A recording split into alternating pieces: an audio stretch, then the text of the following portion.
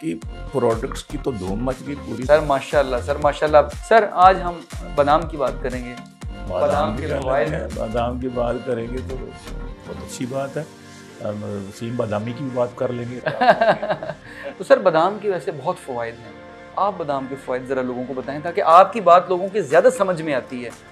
ये जो बादाम है इसकी शक्ल जो है वो आई की तरह की, आँख की तरह की है, आँख जैसे होती है इस तरीके। तो जो बादाम इस्तेमाल करेगा उसकी बिनाई बहुत तेज होगी। लेकिन ये खालिस मुहैया करना सबसे बड़ा जो काम है, ये खालिस मुहैया करना। हाँ, और फिर ये इतनी कॉस्टली भी नहीं है ना।